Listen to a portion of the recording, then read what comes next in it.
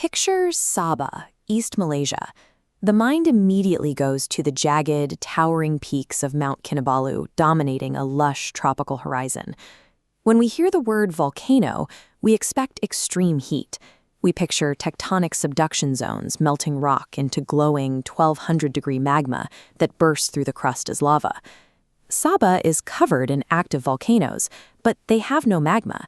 Instead, they erupt cold, gray slurry. It is easy to look at a splattering mud vent in the jungle and dismiss it as a localized puddle, a fun natural oddity for tourists to take photos of.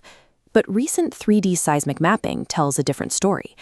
These bubbling surface vents are the exhaust pipes for a massive, ancient subterranean engine that has been quietly steering the fate of northern Borneo for millions of years. Unlike magma chambers, sedimentary volcanoes run on natural gas. Deep underground, high-pressure methane forces ancient clay upward. 10 million years ago, this went into overdrive offshore. Erupting shale created a submarine mud canopy complex of 50 volcanic centers across 2,000 square kilometers. We used to think these geological systems operated on relatively short timelines. For decades, textbooks claimed the famous survivor island, Pulau Tiga, was born entirely from a single earthquake in 1897. But a 2024 review of 16th-century Portuguese maritime maps proved the main island had already been there for centuries. That 1897 event was actually a violent, massive re-eruption on top of an already ancient foundation. These geological systems operate on multi-millennia life cycles. This ancient underground pressure remains active today, a restless force continuously pushing toward the modern surface. When that pressure finally breaches the modern crust on land, the physical consequences are highly unpredictable. In September 2022, the onshore Lipad site in the Tabin Wildlife Reserve suddenly blew. With absolutely no warning, a violent eruption spewed heavy, mineral-rich mud several meters into the air, catching local wildlife rangers by surprise. A secondary eruption at the exact same site late the following year pushed so much clay outward that it completely swamped the lower structural deck of a nearby wildlife observation tower. The physical structures left behind by these eruptions are fragile.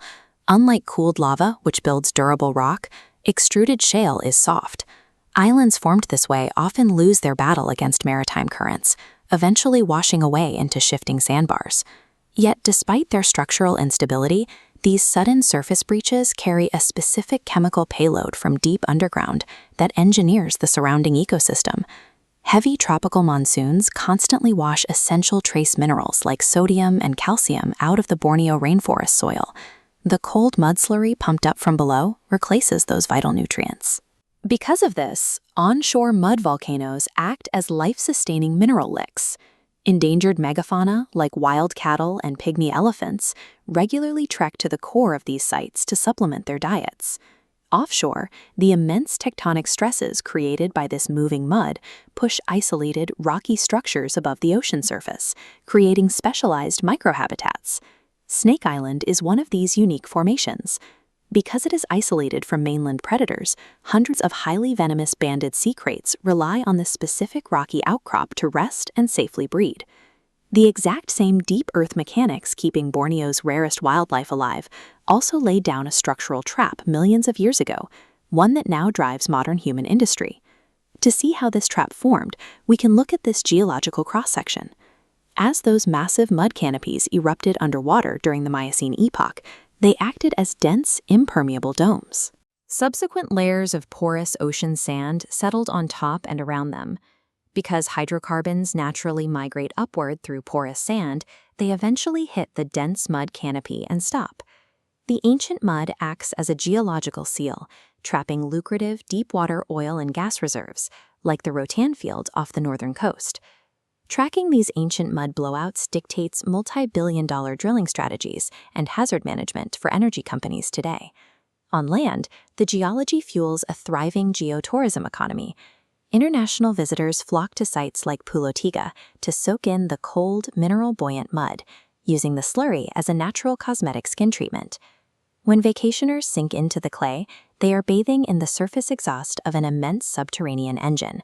a pressurized system of water, gas, and mobile shale that continues to build, shape, and fuel northern Borneo.